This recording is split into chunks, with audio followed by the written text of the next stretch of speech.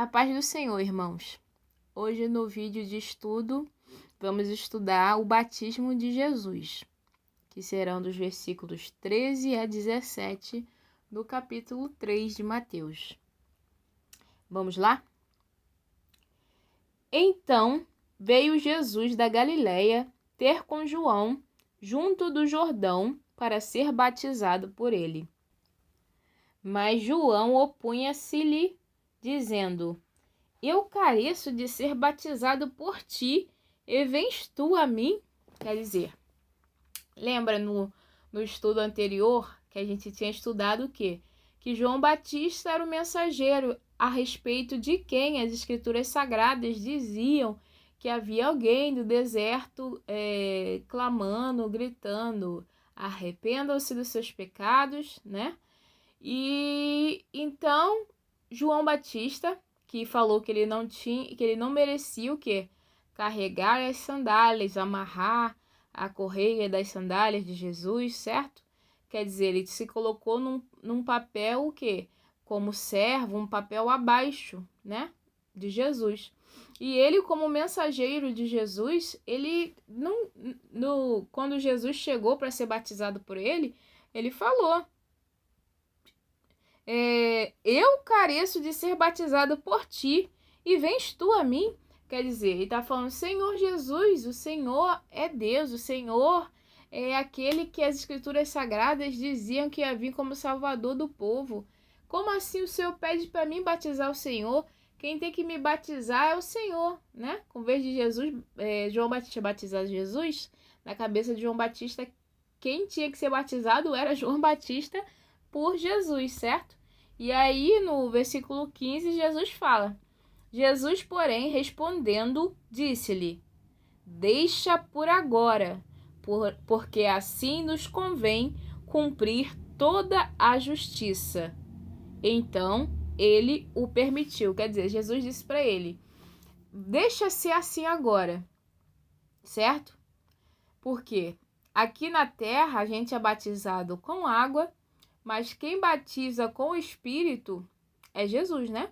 Jesus, Deus, nos batiza com o quê? O Espírito Santo. E aí Jesus falou nesse momento: não, deixa que seja assim, nesse primeiro momento, para que se cumprisse a justiça. O quê? Para que as escrituras sagradas, a profecia, se cumprisse, certo? Para que a maneira em que Jesus veio para a terra com a missão de nos salvar, de se entregar ao sacrifício, ele também veio o quê? Veio para nos mostrar como devemos viver, como podemos alcançar a salvação. Porque lembre-se, antes da vinda de Jesus, a humanidade estava, como posso dizer? Ela estava condenada, certo? Condenada a sofrer a morte eterna por causa de seus pecados. Mas aí Jesus veio, entregou a vida dele e o sangue dele para que todo aquele que nele crer e obedecer e o adorar em espírito e em verdade tenha o quê? O perdão, a remissão de seus pecados e tenha a vida eterna, certo? Mas também, contudo, a vida de Jesus, né? Deus se fez carne, quer dizer, Jesus veio como homem, como humano, para libertar a humanidade. Só que os passos dele aqui na Terra também eram passos para demonstrar a nós como devemos andar. Lembra que eu falei que uma criança aprende a andar, aprende a falar, vendo o quê? O exemplo de seus pais. E o cristão é a mesma coisa. Como o cristão vai aprender a viver essa nova vida, certo? Então a gente precisa ter o quê? Um exemplo para a gente olhar para esse exemplo e imitar os seus passos. Então ali Jesus estava dando um ensinamento através do quê? Através daquilo que ele estava realizando, né? A sua justiça. Assim nos convém cumprir toda a justiça, cumprir tudo aquilo que, em primeiro lugar, a missão dele, que ele devia vir como homem, foi batizado, se santificou, foi batizado com o Espírito Santo na mesma ocasião que foi batizado nas águas, e começou a viver uma vida o quê? Pregando o Evangelho de Deus, certo? E assim nós também podemos o quê? Enxergar a Jesus e ver os passos dele. E é na medida que a gente vê os passos dele, a gente vai o quê? Guiando nossos passos de acordo com os passos de Jesus. Então, se até mesmo Jesus foi batizado nas águas, nós também devemos ser, entendeu? O batismo nas águas simboliza a morte para o pecado e a nova vida com Jesus, certo? O batismo nas águas por si mesmo não salva ninguém. Quem salva é Jesus, através da fé, da crença, obediência ao ensinamento de Jesus, certo? E só ser batizado não salva. Contudo, se até mesmo Jesus foi batizado, então nós também devemos, é um mandamento do Senhor, sermos batizados nas águas, certo? Imaginem vocês uma praia. Vocês, não sei se todo mundo que está ouvindo esse áudio, né, já foi à praia. Mas na praia tem a areia. E na medida que você vai andando na areia, o seu pé vai afundando na areia. E fica o que ali? A marca da sua pegada, certo? E aí, imaginem você tá andando na praia e Jesus está na sua frente andando. Quando você peca, você desliza o pé para fora da pegada de Jesus. Mas quando você busca se santificar, busca obedecer ao Senhor, cada dia mais você vai começando a seguir os passos que Jesus pisou, até que na medida certa você começa a colocar o pé dentro das marcas da pegada de Jesus, certo? E aí já não é mais você, mas é as atitudes que você toma de acordo com o quê? Com a vontade de Deus. Então, quando você pisa, por exemplo, se você vê uma pegada de uma pessoa e uma outra pessoa atrás pisar no mesmo local e tiver o pé, né, um pouco menor dessa pessoa, vai parecer que apenas uma pessoa andou ali, porque as outras foram camufladas, as outras pegadas pisando dentro da marca que já tinha. Então, assim que devemos ser. A gente não tem que se sobressair nem para a esquerda nem para a direita. Nós devemos andar como Jesus andava, buscar uma vida de retidão. Mas é fácil? Não, não é fácil. Nós, como pecadores, como a natureza humana é má, é muito difícil. Somente o Espírito Santo de Deus, somente com a ajuda de Deus, para a gente conseguir trilhar esse caminho, né? Vamos lá, no versículo 15 ainda, e terminou. Então, ele o permitiu. Então, João Batista permitiu o quê? Que Jesus fosse batizado por ele. Porque provavelmente ele ficou... É como se um professor pegasse um aluno e falasse: hoje eu vou sentar e você me dá aula. O aluno vai falar: não, professor, que isso? O senhor é professor, como eu vou ensinar uma coisa que o senhor já sabe? E aí o professor pode virar para o aluno e falar: não, eu já te ensinei bastante, eu acredito que você está preparado para isso. Hoje eu quero que você aplique aquilo que eu ensinei. Então me ensina aí, faz aquilo que eu te ensinei. É mais ou menos isso. Então João Batista aceitou essa grande responsabilidade de ele batizar a Jesus, né? Aí no versículo 16 fala: e, sendo Jesus batizado, saiu logo da água. E eis que se lhe abriram os céus, e viu o Espírito de Deus descendo como pomba e vindo sobre ele. Então, assim que Jesus saiu da água, ele já foi o quê? Batizado com o Espírito Santo. E aí o Espírito Santo desceu sobre Jesus, descendo como uma pomba, né? E vindo sobre ele. Então, a pergunta: quando Jesus foi batizado com o Espírito Santo? Após ser batizado nas águas, certo? Então, tem muitas pessoas. Eu vou dar agora só um testemunho rápido. Quando criança, eu frequentava muito a igreja, mas eu tinha pouquíssimo conhecimento na palavra. E quando falavam sobre batismo no Espírito Santo, eu não entendia o que isso queria dizer. E quando eu fui batizada nas águas, eu fui batizada nas águas com 15 anos, e quando eu fui batizada nas águas, por muito tempo eu fiquei sem saber quando eu seria batizada com o Espírito Santo.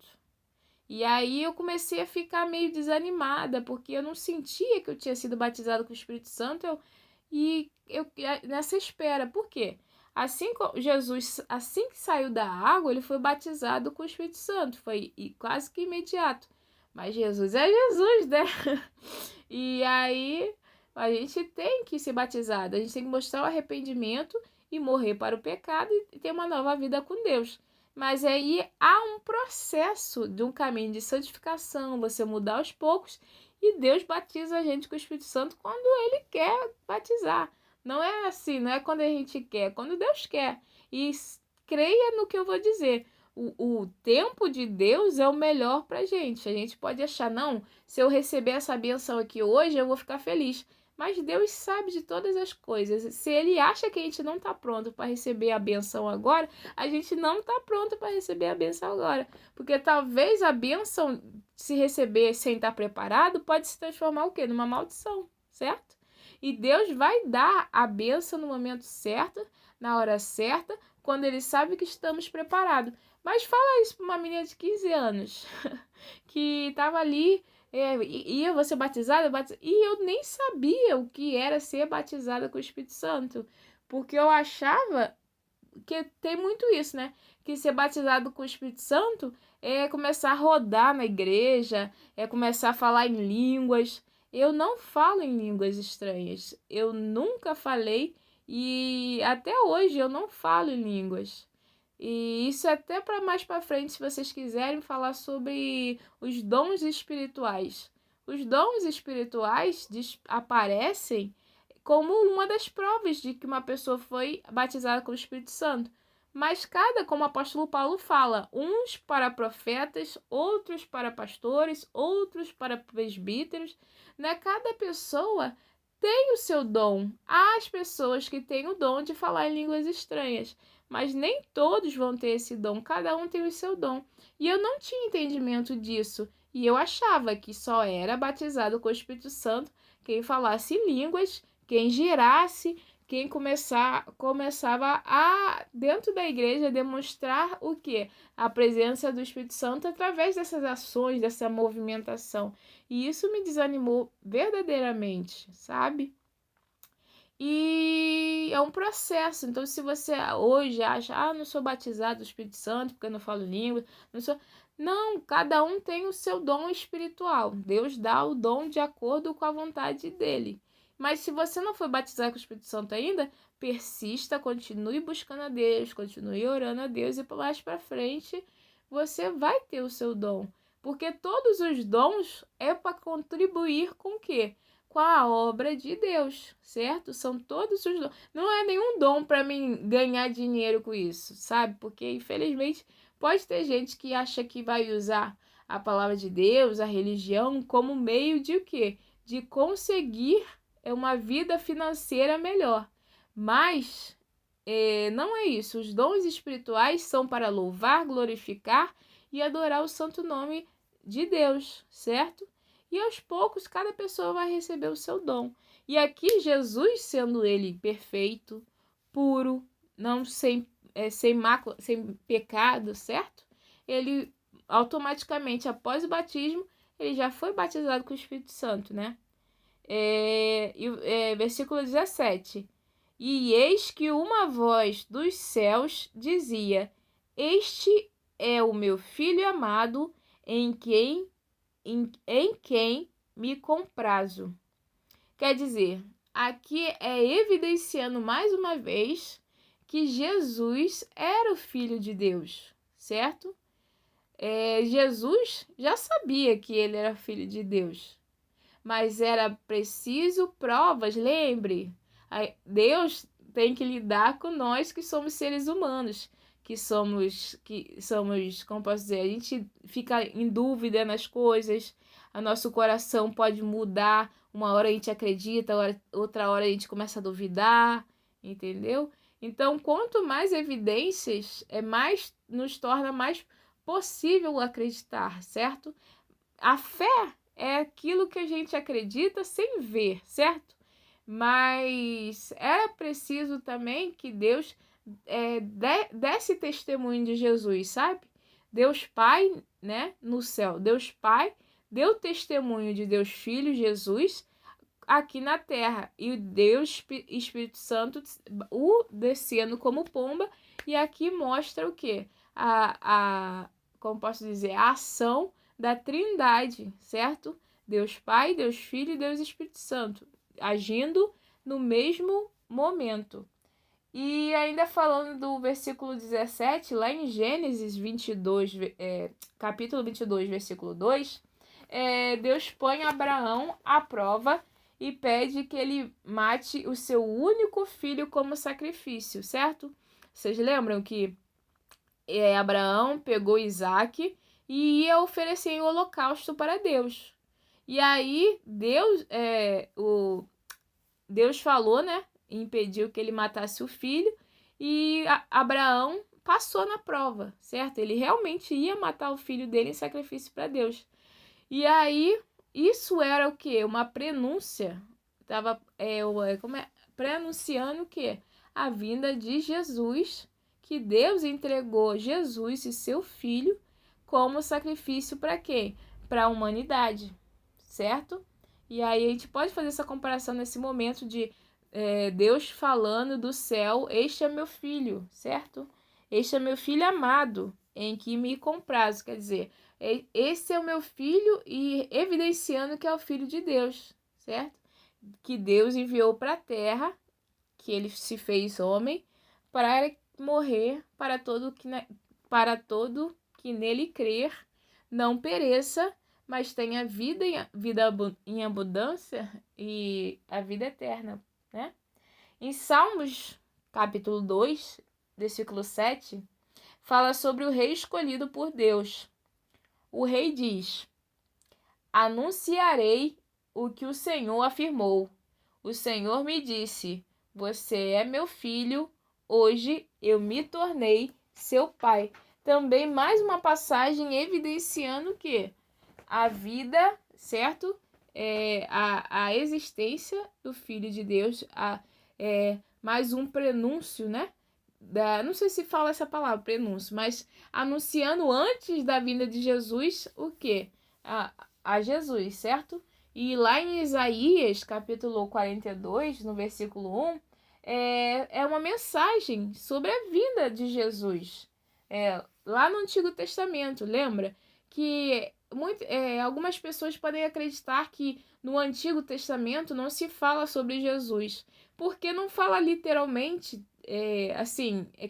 de uma forma bem evidente, mas nessas pequenas profecias, nessas pequenas mensagens no Antigo Testamento, nas Escrituras Sagradas, havia sim o anúncio da vinda de Jesus. Então eles falavam de Jesus, só que tem que se aprofundar na palavra, tem que pedir revelação para Deus para a gente compreender o quê?